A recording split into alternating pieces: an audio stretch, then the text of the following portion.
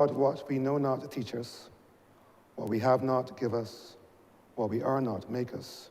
Through Jesus Christ, our Lord. Amen. Say the Lord's Prayer. Our Father, who art in heaven, hallowed be thy name. Thy kingdom come. Thy will be done on earth as it is in heaven. Give us this day our daily bread, and forgive us our trespasses, as we forgive those that trespass against us. And lead us not into temptation, but deliver us from evil. For thine is the kingdom, the power, and the glory, forever and ever. Amen.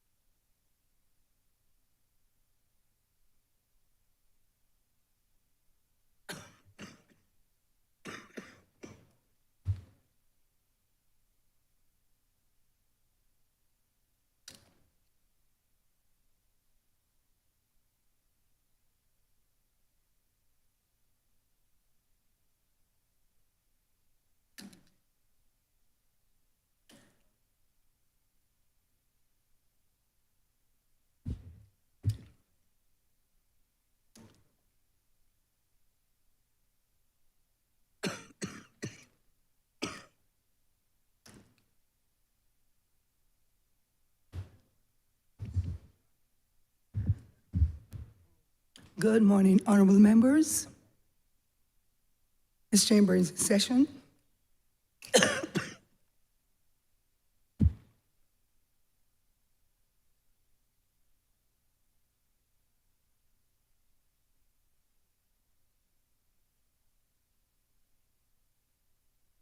Honorable members, minutes of the meeting held on Tuesday, the 20th of October, to be confirmed.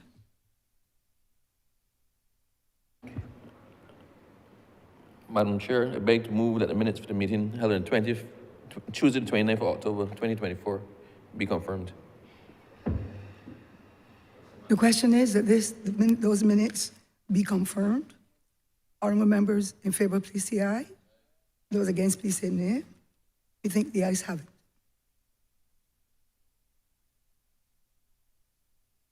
Honorable members, the minutes of the meeting held on Tuesday, the 19th of November, to be deferred.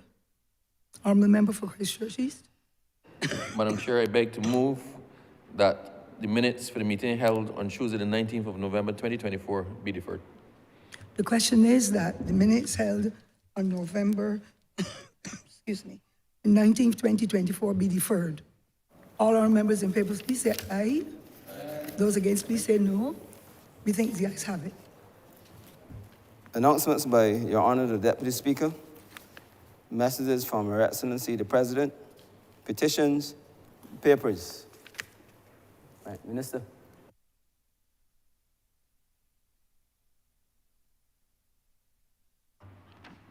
Madam Deputy Speaker, I'm commanded to lay the Government of Barbados mid-year review report for the period April to September 2024 and the ministerial statement on the Government of Barbados mid-year review report for the period April to September 2024. Government notices. Government notices of the honorable member for Christchurch East. Madam Deputy Speaker, I beg to move a resolution to approve it is give notice of a resolution to approve in accordance with Section 5 of the Crown Lands Vesting and Disposal Act, Cap 225, the vesting in the NHC, National Housing Corporation of the parcels of land situated at Holders Hill in the parish of St. James in this island for residential purposes. Private members' notices. Notices of questions. Reports from select committees. First,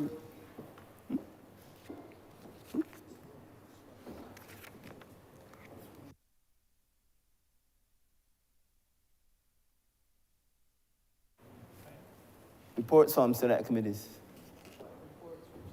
Honorable member for St. George.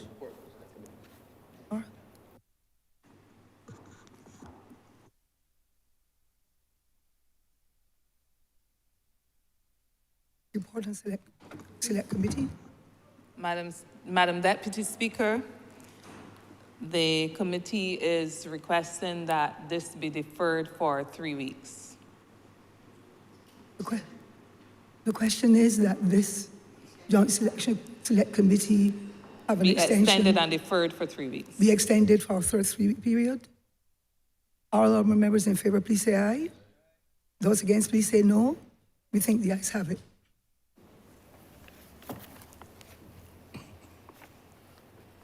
First readings of bills, statements by ministers. Honourable member for Christchurch East Central.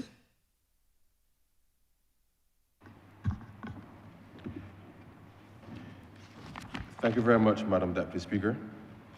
The Public Finance Management Act 2019 requires that the Ministry of Finance, Economic Affairs and Investment prepare a mid-year review to report on progress made against the fiscal framework and the annual budget.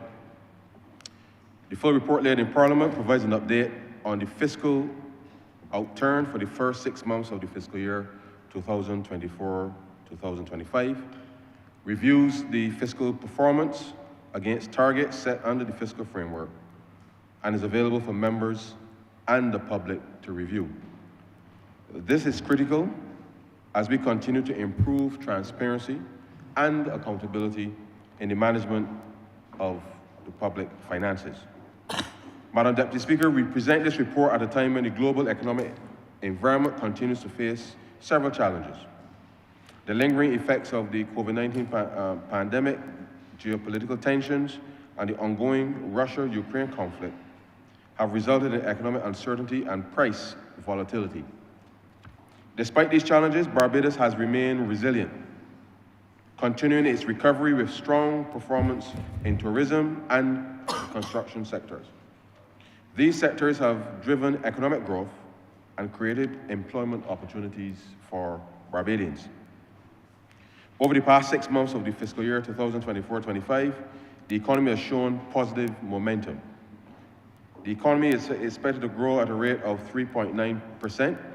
Tourism remains the cornerstone of this growth, supported by the construction sector, which is expected to grow with critical projects such as the geriatric hospital and the road rehabilitation program progressing steadily. Madam Deputy Speaker, I now turn to the government's revenue performance for the first half of the fiscal year. Total revenue for the period amounted to $1.87 billion, exceeding the forecast of $1.66 billion by 12.5%. This overperformance was driven by strong collections from net corporation tax receipts, which amounted to $384.49 million, exceeding the mid-year forecast of $237.3 million by $147.22 million. However, over the medium term, net income tax receipts declined by $3.75 million compared to the anticipated target for the current midpoint of the financial year. The revised forecast for total revenue for fiscal year 2024-25 now stands at $3.543 billion, reflecting the strong revenue performance in the first half of the fiscal year. Property taxes also performed well, with collections exceeding expectations. Property tax receipts total $180 million, exceeding the forecasted $86.47 million by $93.53 million. This overperformance was mainly due to net land tax receipts exceeding the mid-year target by $85.87 million due to earlier issuance of land tax bills. Madam Deputy Speaker, whilst VAT receipts underperformed, domestic consumption remains strong, sustained by the ongoing recovery in tourism and increased consumer confidence.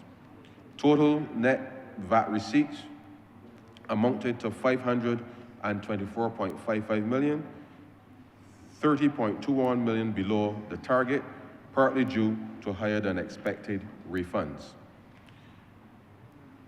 Madam Deputy Speaker, total government expenditure for the first 6 months of fiscal year 2024-25 stood at $1.70 billion, below the forecasted $1.763 billion.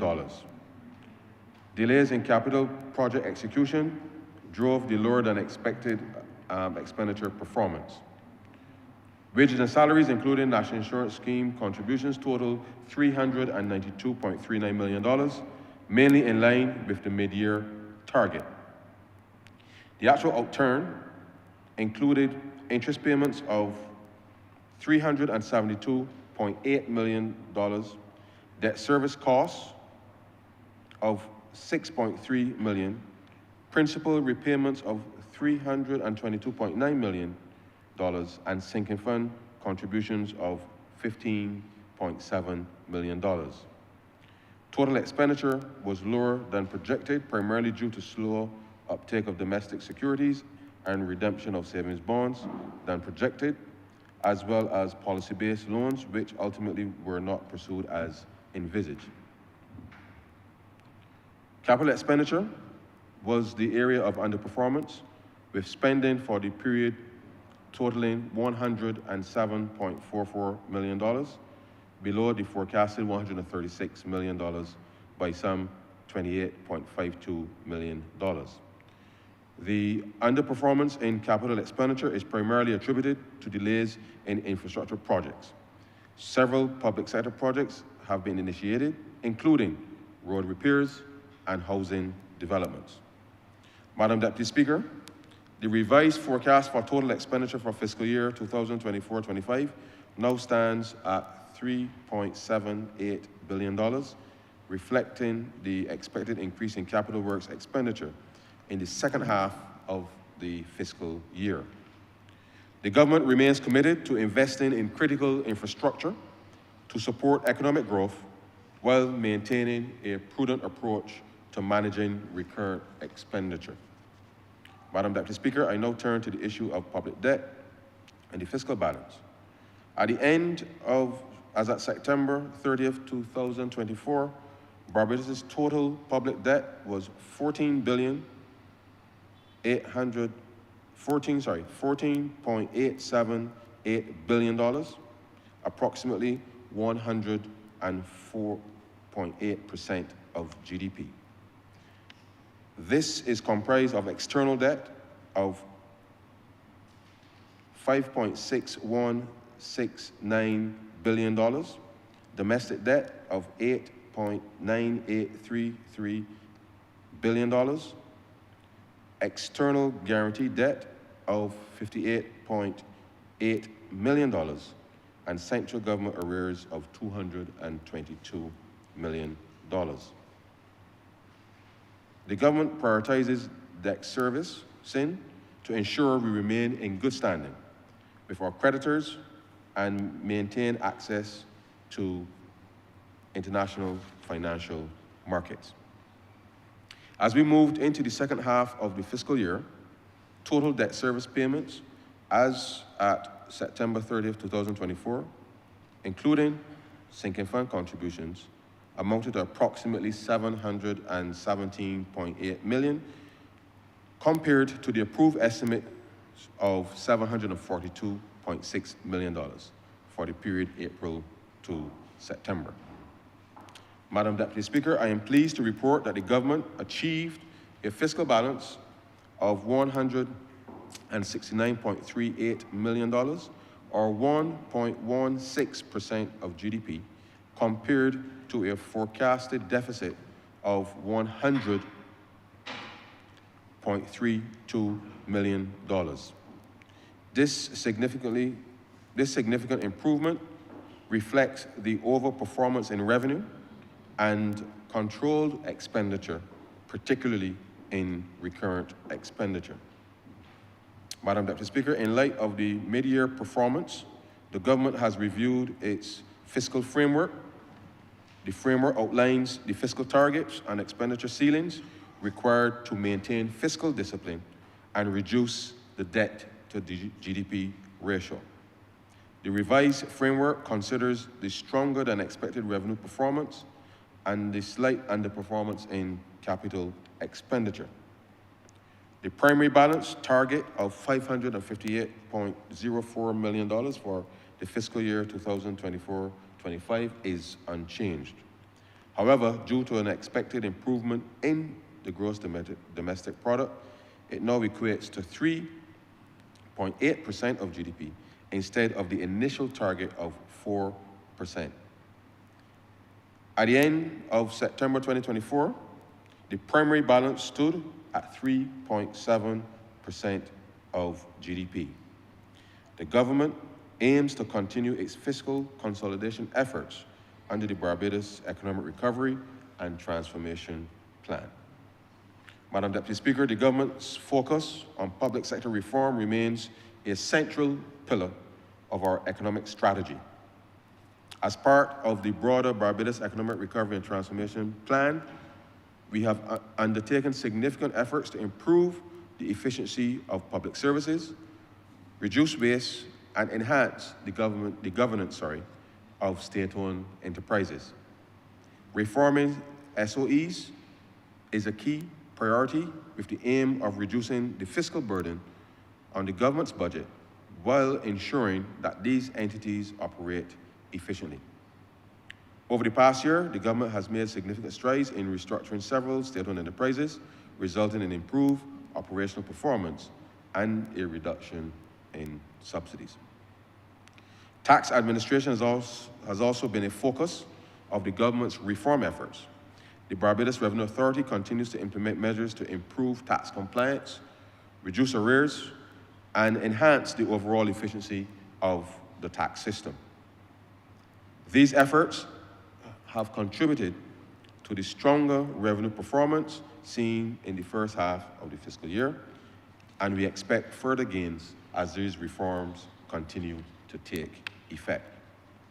Madam Deputy Speaker, as we move forward into the second half of this fiscal year, 2024-25, the government remains committed to maintaining fiscal discipline while supporting economic growth and development. The revised fiscal framework reflects the challenges we face in the global economy, but also the opportunities for growth and resilience. Our focus on public sector reform, debt management, and prudent fiscal policies will ensure that Barbados remains on a sustainable fiscal path, whilst continuing to invest in the future of our people and our country. The achievements of the first half of the fiscal year give us confidence that we are on track to meet our targets, and the government will continue to work tirelessly to ensure that these targets are met. On behalf of the Ministry of Finance, I want to wish the members of Parliament, as well as the people of Barbados, Madam Deputy Speaker, a very happy independence. I'm obliged to you.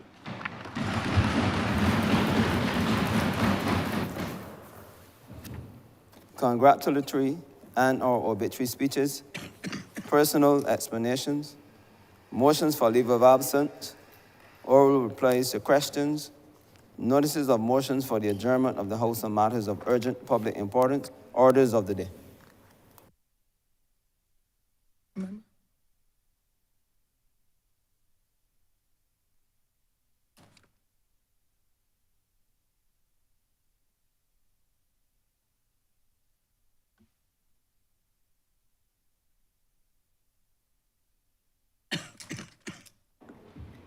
Madam Deputy Speaker, I beg to move the suspension of standing orders 6, 16, 18, 20, 42, 5, 43, and 44 for the remainder of the day sitting. Question is, honourable members, the question is that these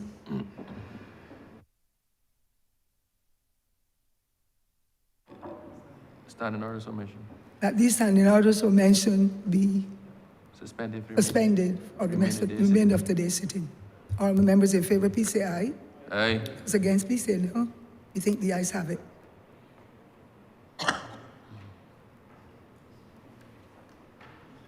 Business is now the order of the day.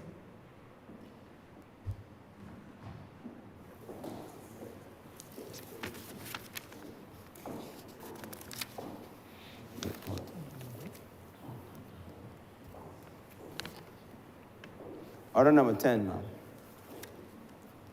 In the name of the Honourable Minister of State in the Ministry of Education, Technological and Vocational Training, to move the second reading of the Business Barbados Bill 2024.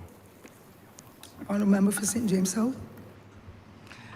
Thank you so much, Deputy Speaker.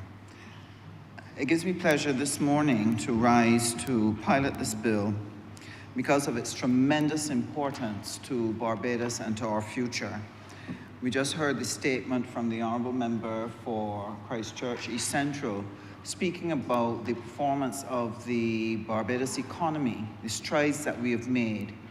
And what we're going to present today is another change in the system that will further enhance the growth of this Barbados and enable us to achieve our objectives in terms of reducing our debt to GDP ratio to help us provide goods and services for the people of this nation. I draw your attention, Deputy Speaker, to a time in the past when we had Sewell Airport, and there are those of us who still have very fond memories of Sewell Airport, going out and shaking hands, watching people get on the planes, etc. But it served Barbados well in those early days. But as the demands and changes in the tourism global scene created more demands on our economies, it became obvious that Sewell could no longer serve us. What was happening? Bigger planes were flying. The runway needed to be upgraded to a particular level. There were demands for security that you did not have at Sewell. And so Barbados had to bite the bullet, take the step to switch to Grantley Adams Airport. What would have happened if we had not done that? If we had not made the switch from Sewell to Grantley Adams, it means that all the investment in hotels along the south and the west coast, all the investments by people put in taxis and restaurants and recreational services would have been in vain because the Sewell Airport could never meet the necessary standard for the certification of our airport that would allow those planes to land. Had we not invested, Barbados tourism could not grow. And so it is with KIPO. KIPO, in its early form, helped us to be able to register businesses and help businesses with meeting their regulatory functions. But what has happened over the years, Madam Deputy Speaker, is that KIPO has become overburdened. Why? Because more and more demands were made by the international arena, requesting that we do more and more in terms of managing our international financial service companies. Because of these greater demands, with no changes in structure, without properly increasing the staff, it meant that this overburdened and under-resourced unit could no longer serve Barbados and take Barbados into the future, because it represented a number of problems for our local businesses. The length of time that it took to process filings and applications, the length of time it took to register your intellectual property. It hindered the advancement of our local businesses, both large and small. It also hindered our ability to quickly register international businesses and foreign direct investment that was necessary to be able to take the Barbadian economy forward, provide the jobs for the future, provide increases in our tax revenue, and therefore there was a cry in the nation over what was happening in KIPO.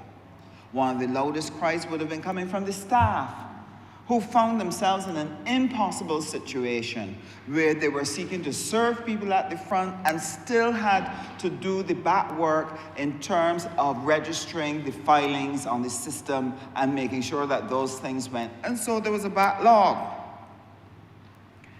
And therefore, Barbados had to take a look at what was it that was needed in order to be able to ensure that we create an entity that is fit for purpose, that suits the 21st century, and could deliver very efficiently, very quickly, the services that were needed for the proper registration and support of our businesses, large and small, foreign and local.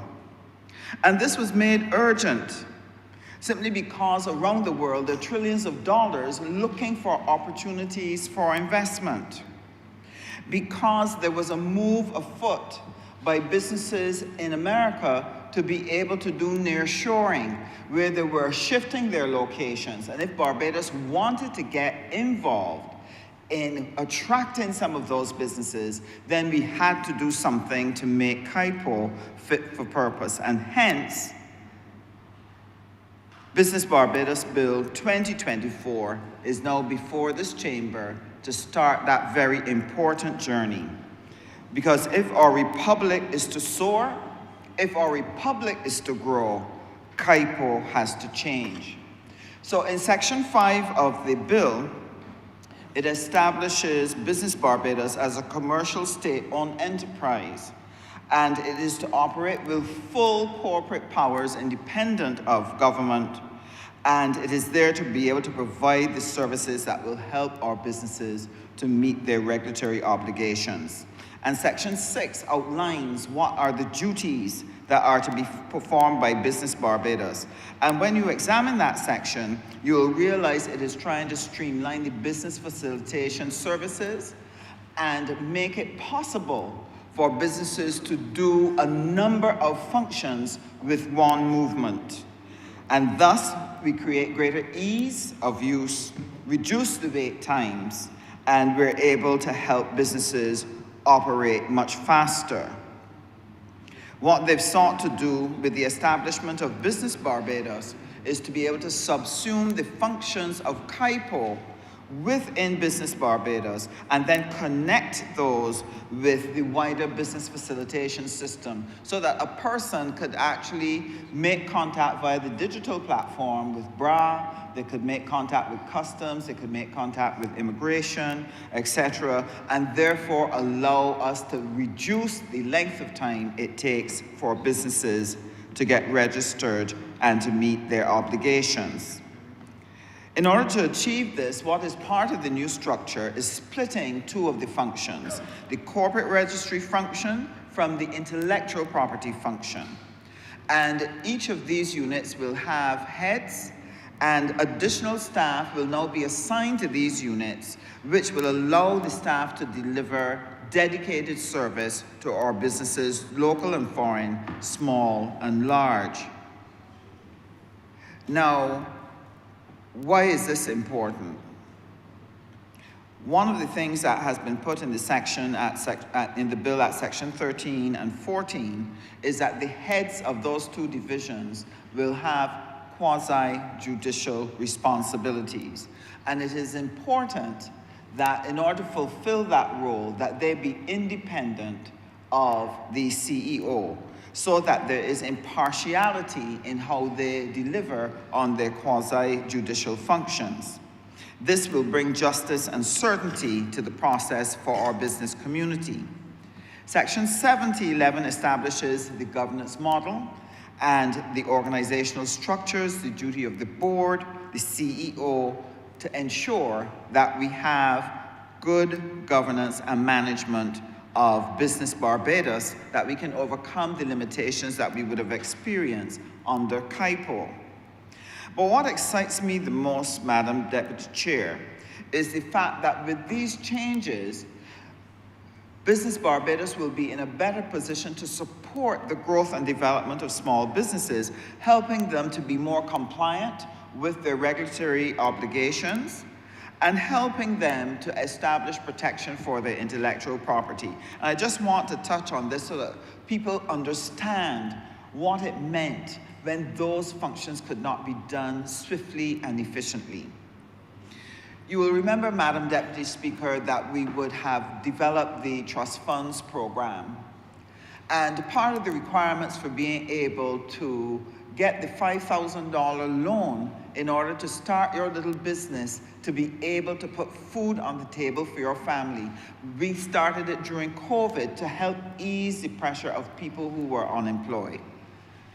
But one of the requirements, Madam Deputy Speaker, is that that business must be registered, which meant that that small business person, if they did not already have a business, had to walk through the process of going to KIPO, being able to register that new business and ensure that they do all the necessary things in order to have a legal entity operating. And because KIPO was not in a condition or in a position to be able to fully service the hundreds of people who came in with filings every day, the thousands of calls that came in every month, it meant that it created a bottleneck, and the end result that there were some small business persons, people who were looking for opportunities to start a little business to put food on the table, they were held up and therefore could not get that $5,000 loan. And this created pain within our society. And therefore, bringing on board now a new entity, Business Barbados, allows us to avoid creating that unnecessary pain in the lives of Barbadians, because we are developing a more efficient structure, and we are going to be able to help our small businesses to be able to register easily. And how will they do that? One of the things that has been that will be set up is an advisory services unit, where there will be dedicated staff who are aware of all of the information that is necessary for small businesses, and to be able to guide and advise that small business that has to walk through that system at Business Barbados, and allows them to very, very quickly get work done. One of the challenges that we would have experienced because KIPO was unable to respond, I'll never forget, I had calls from people in my constituency. This was where people had established a business a long time ago and never really did anything about it. They just registered the name. And they never conducted any business. People started charities, and some charities were just limping along, or they were just not functioning. But there was a penalty for not making your reports every year into KIPO.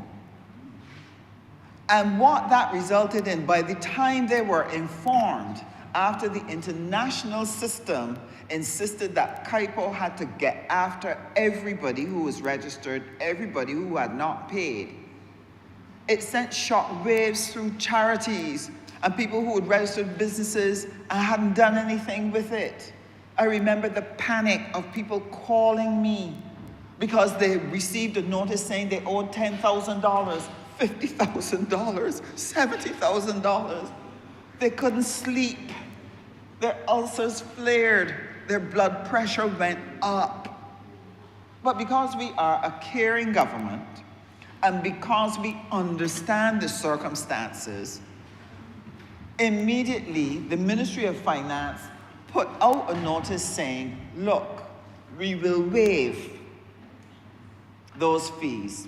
We will waive those penalties and allow you to start fresh. And KIPO then had the job of working with hundreds of businesses to be able to make the waiver occur and then ensure that people started the process of registering and filing as they should.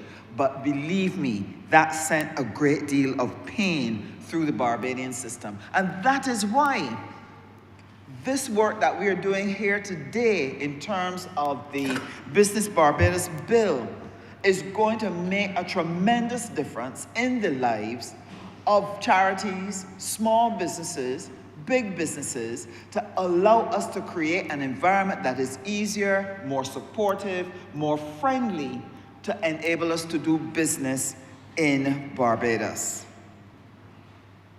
The other improvement that I truly welcome is the improvement of the digital functions, because there were times when that digital infrastructure did not always work as efficiently as it needed to.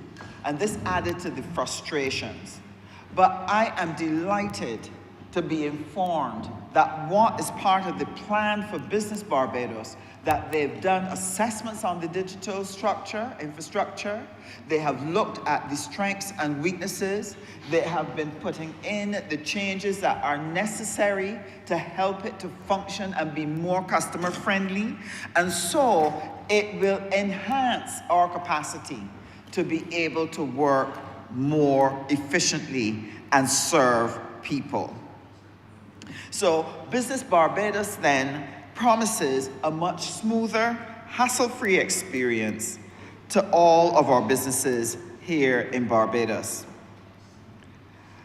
One of the things that is an overhang coming from CAIPO is the backlog.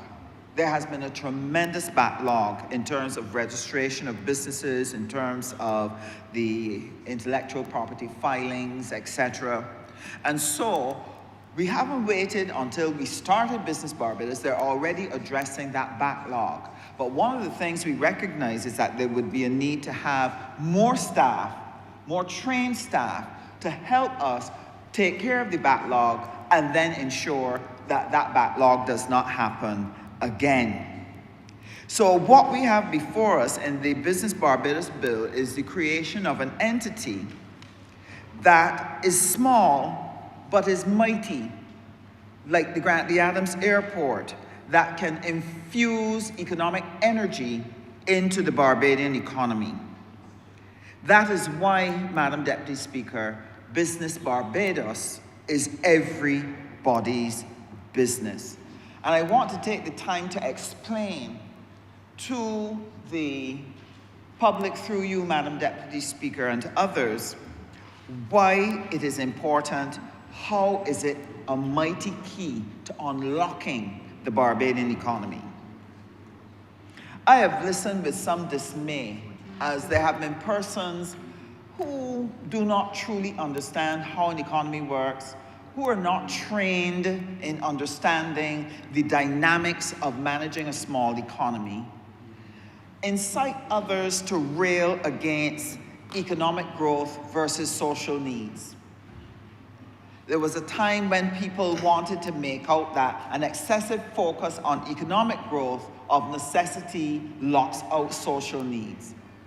But I am here to tell the Barbadian public that social needs cannot be met except through economic growth.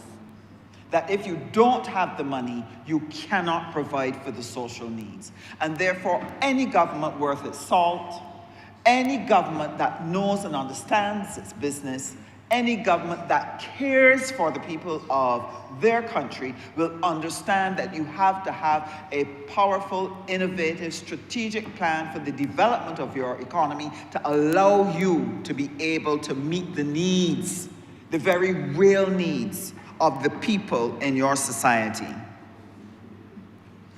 When you build economic growth, it generates new businesses. And what does that do? The 4,000 children that come out from school every year, whether from secondary or from university or wherever, if they are going to get jobs, then you must have the continuous formation of new businesses and the expansion of your current businesses so that they can get work. When you cannot produce those jobs, Madam Deputy Speaker, those young people then stop dreaming, because school only led them from the classroom to the block, and their lives wither on that block. And therefore, it is imperative that you build economic growth to be able to absorb those children every year, to allow us to be able to guarantee and ensure them a future. Parents cannot respond to the needs of their children if they cannot get work, if the work they get does not pay well. Only economic growth will help you to attract better paying jobs that allow parents to respond to the needs of their children and for children to have a hope of a future in Barbados. And that is why economic growth is necessary. You have to build economic growth. If you want to provide the services like roads and housing and education, welfare, the geriatric hospital, your youth programs, none of those programs are possible unless you build your government revenues, and government revenues are conditioned by the level of economic growth. No growth, no revenues, then you can't build the society. And if you can't do that, what are you forced to do? You either have to borrow and pay back, or you have to increase the taxes on your current workers in order to get the resources to build social services. And if you do that, that puts pain on the back of families. So it is necessary that we find the economic growth, and any monies that we borrow, those monies must do two things. They have to be positioned into opportunities for economic growth, and they have to respond to any immediate, urgent social needs that need to be fixed immediately. And this is what this Barbados Labour Party administration has done with the millions that we have borrowed in order to make sure we build a foundation. So, the question then that we have to ask, if economic growth is important, how does Business Barbados become critical to that process? And to do that, we have to understand how small economies like ours build economic growth. What do I mean when I say a small economy? Barbados has 269,000 people. They only save $3.3 billion in savings. $3 billion in savings is not going to grow the businesses that you need in order to provide jobs. Because that is so, it means you have to look outside to get foreign direct investment to supplement your domestic savings and to allow the economy to create investments in the businesses that you need to be able to take the economy forward. That is why it was so pleasing to hear yesterday that the American Exim Bank is making $500 million available and providing the opportunity for the private sector and for government to look at how they can invest and be able to get loans to be able to start and do key things in the economy. And I'm trusting that one of my colleagues will speak more on this today to help us understand what is important and what is the role of Business Barbados in helping us make that a reality. So, when you seek to attract businesses, it is important that you have an efficient service to help them to get started. Because if you don't, then that business will go elsewhere. So let us look at how, first of all, you attract businesses to your economy, and then how does Business Barbados secure those whom you attract. It's a two-step process. Part of our business economic system here in Barbados, the ministries that are a part of that ecosystem would be Foreign Affairs and Foreign Trade. It would be MIST, where you would have Export Barbados, Economic Affairs, where you would have Invest Barbados, the Ministry of Energy and Business, where you would find International Business and Energy, Agriculture and Tourism. All of them are part of that economic system that is to help us go forward and find business and establish business. So what the Barbados government did, recognizing the importance of attracting business into our economy, we spent money on the establishment of embassies and missions in non-traditional places across the world where we believe there are opportunities for business to be attracted to Barbadian shores. And so we established in Kenya, Brazil, Panama, Ghana, and the latest one is Ireland. And we spent between $18 to $20 million to help us establish these new and additional embassies across the world in strategic locations that we believe will give us an opportunity to attract business for Barbados. Because what we have done is sought to staff them with persons with a business orientation. This is where commercial diplomacy is important, that you're able to get your missions and embassies to engage in strategic commercial diplomacy to find people who will want to start businesses in Barbados or people who want to buy goods and services from Barbados so that you can give your economy a tremendous jolt, get it to rise, get it to perform. So it's not unlike, Madam Deputy Speaker, someone looking for breadfruit in a tree. You got to go and search for it. Some may fall on the ground, but it might get damaged. It's better for you to go and search the tree, find the right fruit, pick it so that you can take it home and do what you need to do for your family. And so the Ministry of Foreign Affairs and Foreign Trade, critical to that. And they are able then to work alongside of Invest Barbados, and Invest Barbados seeks now to encourage that business to make the necessary investments into Barbados. Export Barbados then takes the opportunities for trade and seeks to concretize them into positive benefits where Barbadian goods and services are being sent abroad. Now, the question is, when they go out promoting Barbados, speaking with people about doing business in Barbados, what is it that is going to attract people to choose Barbados above other domiciles? Well, the process in international business is that these big global companies, from time to time, part of their strategy is to locate new outlets in other jurisdictions that might be more beneficial than where they're currently located. And so what they do, they draw up a list of factors by which they assess the suitability of a number of domiciles. So what are some of the things they look at? What are some of the operating costs that I will face versus where I am now? What's the cost of labor? If I'm moving goods, what's the cost of transport? If I'm doing services via the internet, what is the digital infrastructure? How efficient is it? What is the broadband like? Is the connectivity good and strong? The other thing they look at is, what are the financial incentives and what is the tax structure? Will it benefit me to come to that jurisdiction because my company and my strategy is going to be better off and produce more for me if I can find locations that give me the factors that I need. Then the other things they look at. What's the quality of the utilities? Does the water go off regularly? Does the light go off in the middle of a transaction? Does the internet drop out?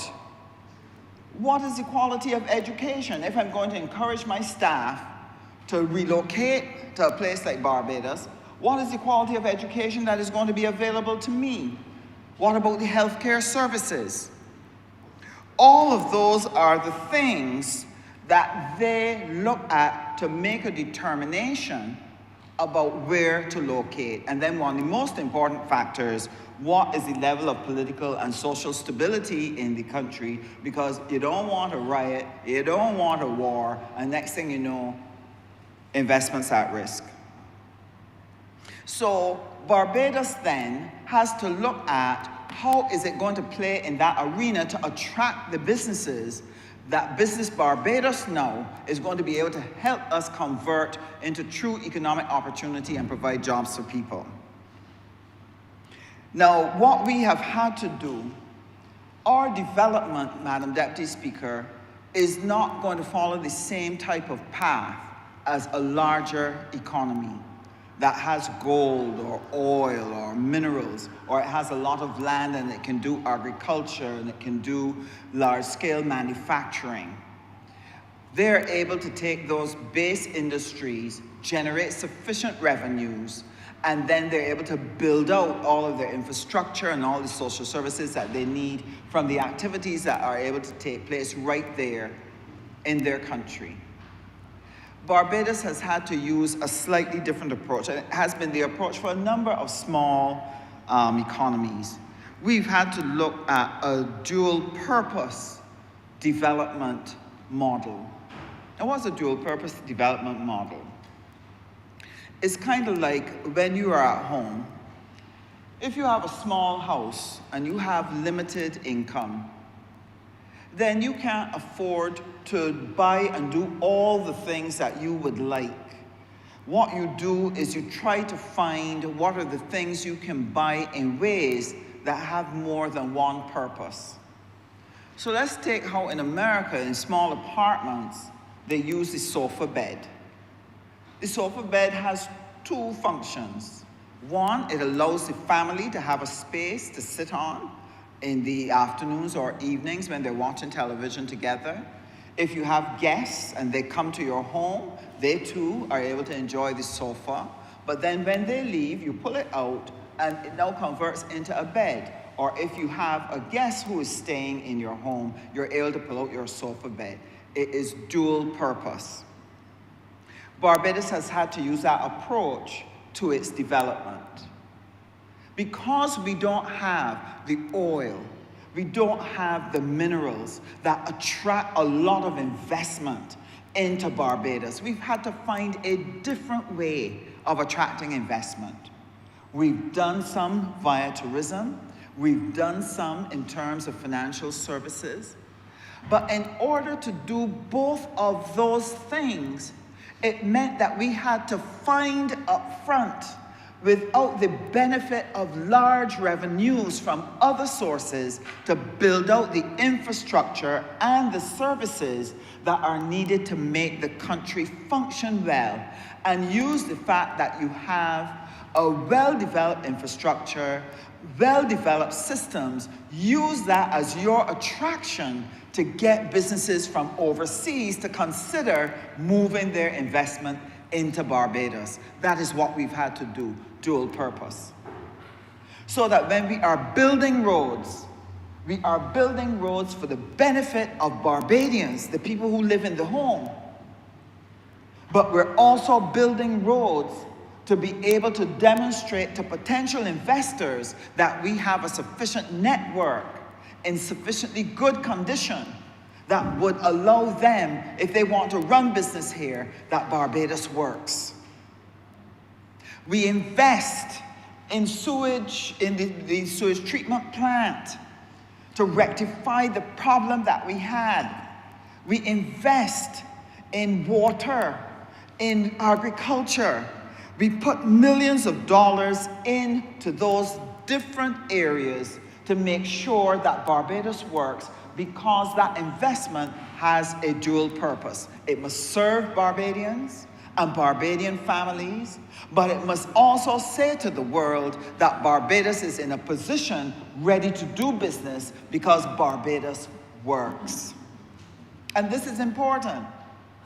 This is why it has been critical for us to make some of the investments that we've made. And the only way to make those investments is to be able to borrow at good interest rates and take that money and use it efficiently and wisely to build capacity to create a Barbados that attracts people from across the world who want to come here not only for tourism, but they want to be able to come and do business. Dual purpose development. And so we've spent $78 million on roads. Those roads are for Barbadians, but we also hasten to get them completed in order that when people came here for various activities that they could see that Barbados works. We have $130 million in new equipment for health care. This is to make sure that Barbadians have access to the equipment that can keep them healthy and alive. But it also gives assurance to people who are going to come here that we have sufficient quality in our healthcare services that we can take care of them and their families if they should get ill.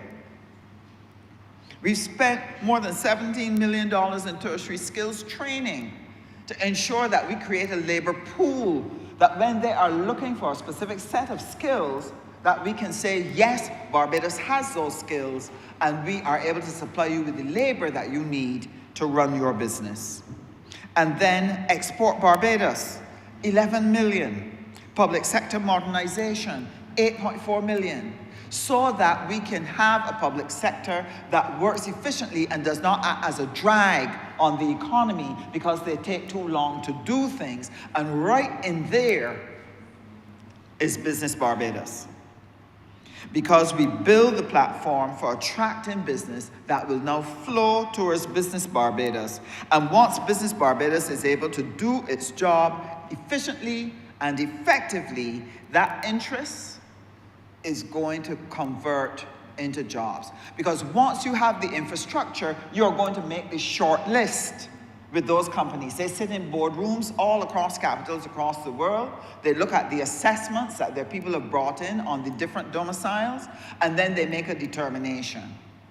They create a short list of 3, maybe 4 domiciles that fit the factors that they want. The thing now that sets you apart on that short list is the ease of doing business.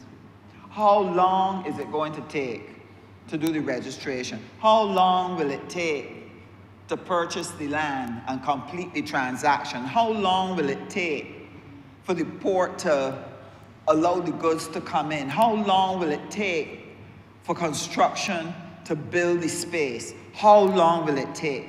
That is the thing now that will determine if you are on that short list among the 4, whether you are going to get it or not. And this is where Business Barbados sits. If it does not increase its efficiency, even if we make the short list, we can fall off at any time if we cannot demonstrate that we are able to quickly and efficiently handle the business of getting you set up and registered, and you get your business going, because every day is a cost. And just to give you an example, when you take long to do something, for a small business, if you have to go and spend 2 days trying to get registered at Kaipo or to file something, you have to go, the line is long, you wait long, you get fed up because you got to run and meet a client or a customer, and you have to come back the next day.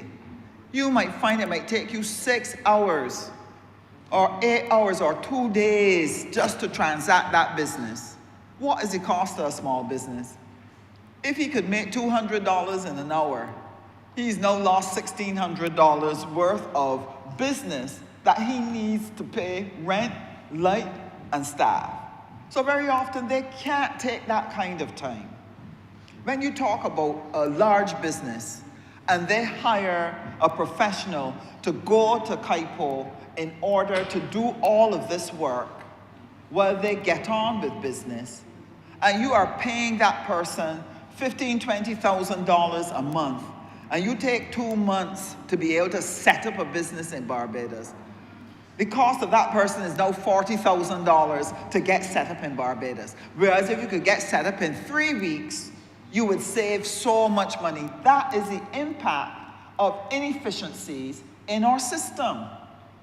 This is what will make Barbados more expensive to function in. This is what will cause you to drop off the short list and not get the business that you need, that will give you the jobs, that will give you the tax revenue, that will buy supplies from your other businesses in your economy, and that is what will cause us not to be able to move forward in the future.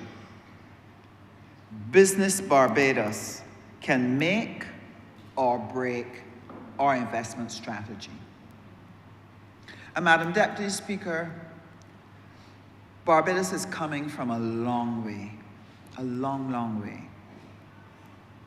We had the misfortune of between 2008 and 2018 to find ourselves in a situation where we did not respond well to the mortgage crisis. And by not responding well to the mortgage crisis, Barbados spiraled out of control. Barbados found itself in a position where it was not creating new businesses, so people were not getting jobs.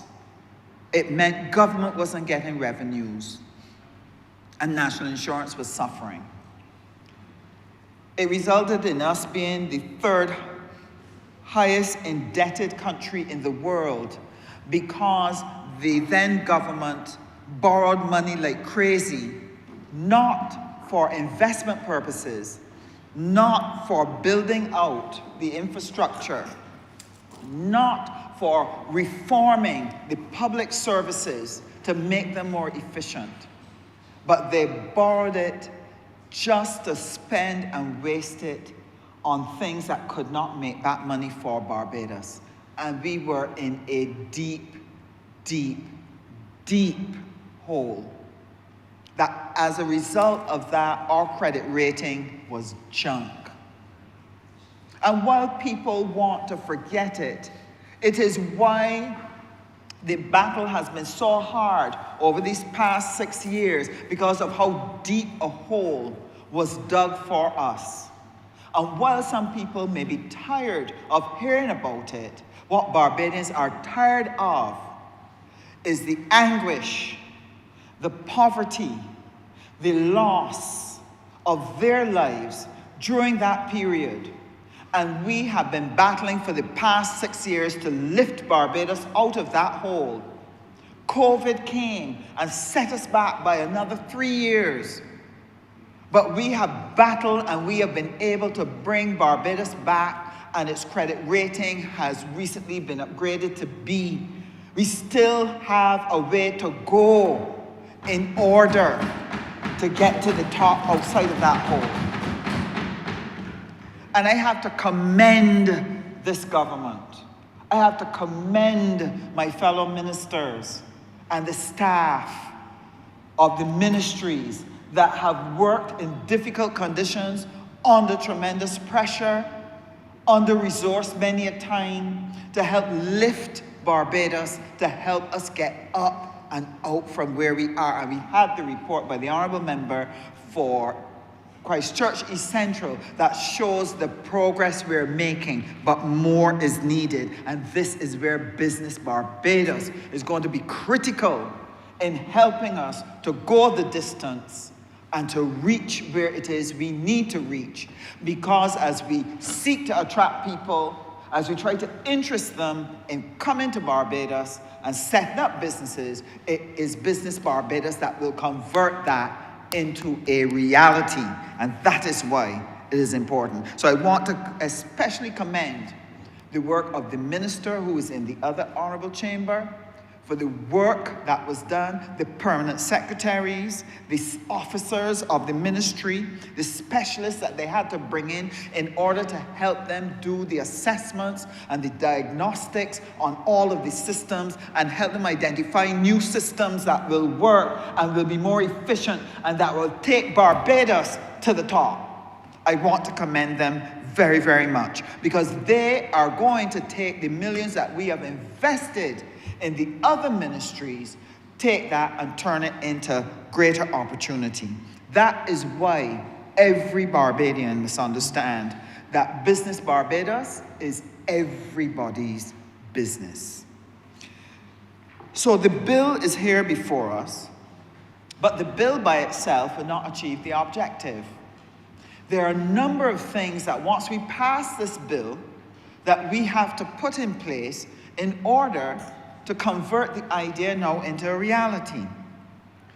We are told that a new space for Business Barbados to operate is going to be established, so that you have enough space for the additional staff that now have to be hired to ensure that we have sufficient service capacity to meet the needs not only of current, but you are preparing now that as we continue to pursue our investment strategy through our foreign affairs and foreign trade, Invest Barbados, going to investment conferences here and there, that when we are able to attract people, we have the capacity to service them so that we can convert their interest into real opportunity for Barbadians. So new space has been found, and it's going to be set up in a way that helps with the efficiency of Business Barbados.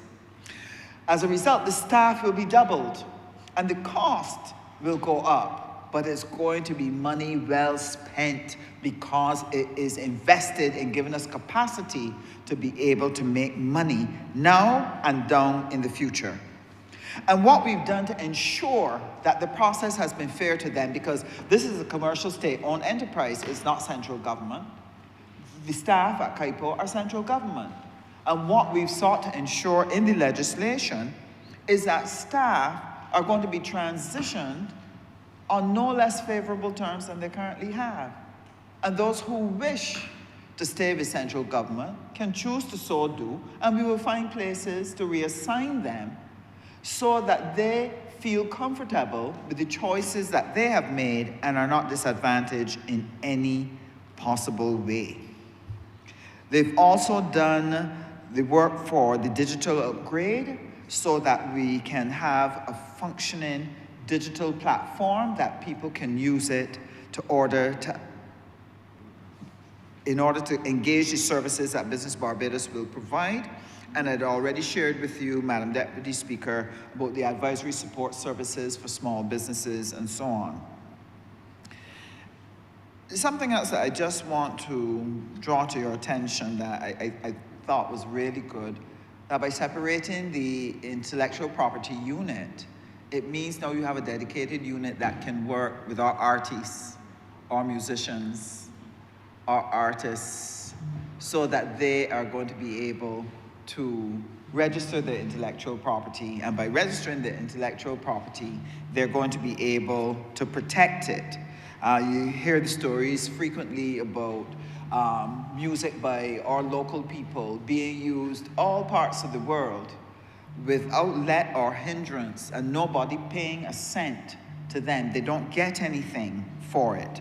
And so the end result is that they lose out because the intellectual property is not protected. But by having a dedicated unit, we are going to be able to advise and help and assist them to so do. Now, Section 21 to 27 of the bill deals with the financial provisions, allowing that entity to be able, from the fees that they collect, they'll be able to generate the type of revenue that will be able to help them with their functioning and their own bills and costs. Right now, it generates $7 million a year. With an improved Business Barbados, we anticipate that the revenues are going to increase, and that those revenues are going to be properly managed and reported on, and the Auditor General is going to be able to examine what they're doing to ensure that everything is done properly and above board. Now, does the establishment of this bill, the establishment of new space, digital upgrades, does this finish the task? No, ma'am. It does not. We recognize that for this to really work, staff are key. And it's not just employing new people, but it's making sure that they're the best fit for the organization. So I want to commend the Ministry of Energy and Business for working with their team to develop a training plan for all of their staff so that each person is knowledgeable, knows and understands all of the legislation, all of the requirements, and so you're not getting different answers from different people on different days. We're also, within that training, you need to make sure that they have the digital capacity to serve, to be able to use the technology that will be made available to them with an efficiency. But then we want them to serve with warmth. We want them to be helpful and agile. We want them to care. We want this to come out in how they engage the public. We want them to be proactive. We want them to be extra milers. And that can only happen if you put, one, your training plan in place. Secondly, do capacity building for the institution, that it has all that it needs, that the staff can function. Make sure that we reduce the chaos that is around them so that they can function efficiently. And then have an employee improvement plan, which means coaching and monitoring and ensuring that we have the performance metrics that they need so they know what are the targets they need to meet and the quality of the service that they have to have. So I want to begin closing on this chapter here with Business Barbados 2024. It's another piece in the puzzle that will help us to build a republic that works and that delivers for our people. We're going to be celebrating our 3rd anniversary, November 30th. And I have some advice for the staff that will be a part of Business Barbados, and some advice for Barbadians as I close.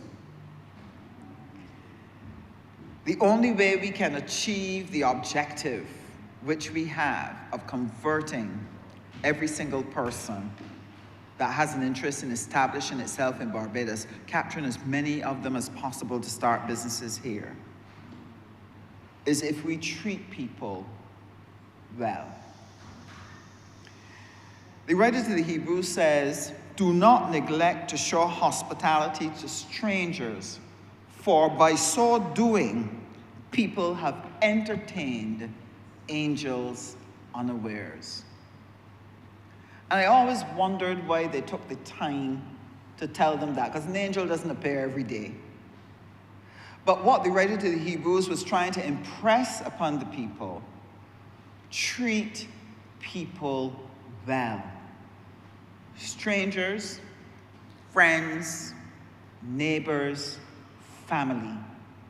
If we take this as our motto in Business Barbados, to treat every person well, then we will achieve the objective which we have of building a better Barbados. That angel might be an opportunity, a business that will hire 300 people. That angel might be a tourism person coming in to build a hotel, to help us build out our tourism capacity. That angel might be a small business person who has an innovation and who comes in to get it patented and who comes in to get the guidance. Because if we can support them, they might be able to put Barbados on the map with that particular innovation. Those are our angels. But this is advice not only for Business Barbados, it's for every Barbadian, because we are part of the wider ecosystem. Because those same people, those businesses, those tourists, those foreign investors, those local Barbadians are engaging us at every turn in shops, at the doctor's office, furniture stores, security officers, nurses, receptionists, airport workers. They are encountering us at every turn. And if we can get our people to treat everyone with care, with courtesy, and with love, we are going to make our Barbados experience second to none. And the future of Barbados will be assured. So this independence, as we celebrate our 58th anniversary and our 3rd year as a republic, as we sing the national anthem and engage in all things Barbadian, let us convert the lines into action. Be firm craftsmen of our fate. Let us do it in deed, not just in word. Business Barbados is our business. Let us play our part. Mr. Speaker, Madam Speaker, I beg to move that the bill be read a second time.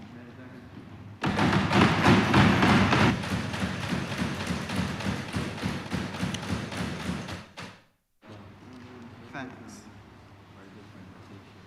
Honourable member for question himself. I'm obliged to you, Madam Deputy Speaker.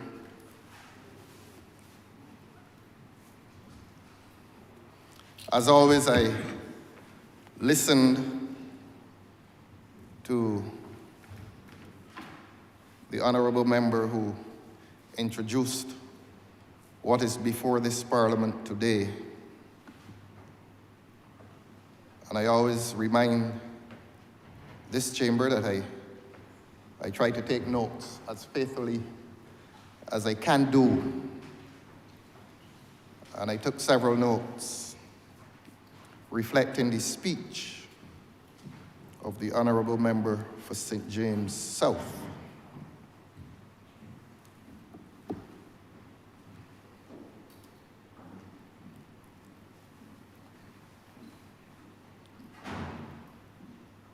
Maybe I would have been disappointed if I did not record the usual cliches, fit for purpose, and things of that nature. And the honourable member rather